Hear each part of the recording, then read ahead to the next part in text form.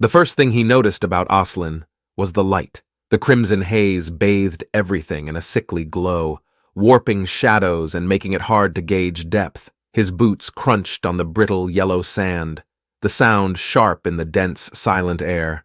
The alien landscape felt like an open wound, exposed to a sun that bled red and never stopped.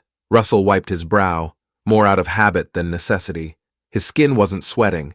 Something about the atmosphere sapped moisture from him, leaving him dry as the ground beneath his feet. He tried to breathe slowly, the taste of iron thick on his tongue. His ship, Gallows Wing, was just behind him, a dark, angular shape against the backdrop of red cliffs. Somewhere out there in the expanse, the colony was waiting, or what was left of it. He tapped his wrist pad. The static crackle confirmed his isolation. No signals from the settlement, no trace of life. The wind blew, low and persistent, whispering across the plains. His gloved fingers flexed on his rifle, the weight of it grounding him in the unreality of this place. He moved forward. The ground wasn't as solid as it seemed. It shifted beneath him as though something deeper, something unseen, roiled below the surface. He kept moving, every step deliberate, testing. Hours passed like moments. Ocelin had a way of collapsing time, compressing it until everything blurred.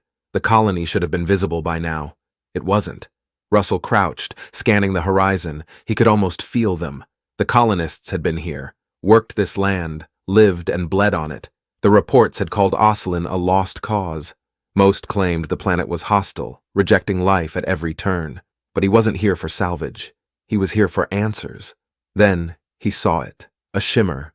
Just on the edge of his vision, something flickered, like heat waves rising from the ground, warping the air. He blinked, focused, and the mirage took form. A structure barely standing, walls half eroded, windows dark and hollow. He exhaled, steadying his pulse. The door creaked as he pushed it open, and the smell hit him. Copper and rot. The room was small, the furniture overturned, dust swirling in the stillness. And in the far corner, a figure sat hunched. He took a step forward, and the figure stirred. "Russell!" The voice was weak, a rasping whisper. "You came!" She was still alive. Somehow, her eyes, sunken and pale, locked onto his. Sergeant Kara Voss, the last voice he'd heard before the colony went silent. The strong, confident tone from her transmissions was gone.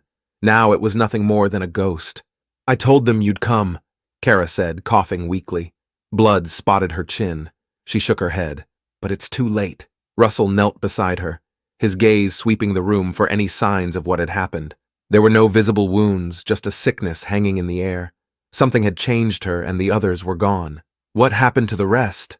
Russell asked, his voice tight. Kara closed her eyes. "It took them. The planet, it's not dead, not like we thought. It's been feeding." Before he could ask what she meant, the ground trembled, a low vibration rising from beneath them. Russell instinctively reached for his rifle, but Kara grabbed his wrist.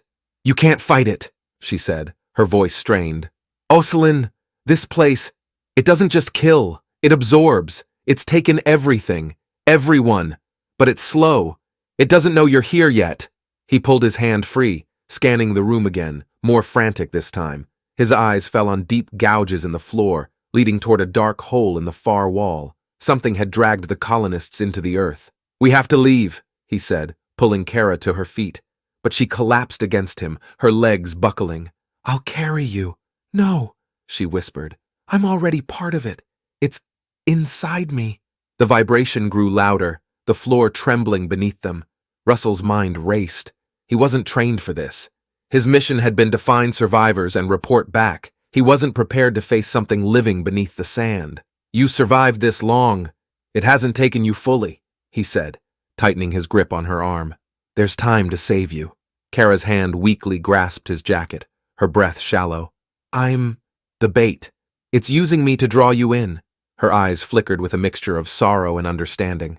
"I can't go back with you, Russ. But you can still run." The ground cracked. The red light outside pulsed, growing more intense. The walls vibrated, shaking dust loose from the ceiling.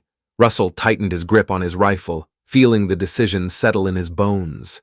He could run and save himself, leave Kara and escape. But Ocelin would keep feeding. It wouldn't stop. He could feel it now, something stirring beneath them, crawling closer. "Kara," he said, voice low, almost pleading. "I'm not leaving you here." She closed her eyes, the smallest of smiles forming on her lips, as the rumbling grew into a roar, and Russell stood, rifle ready, waiting for the thing below to emerge.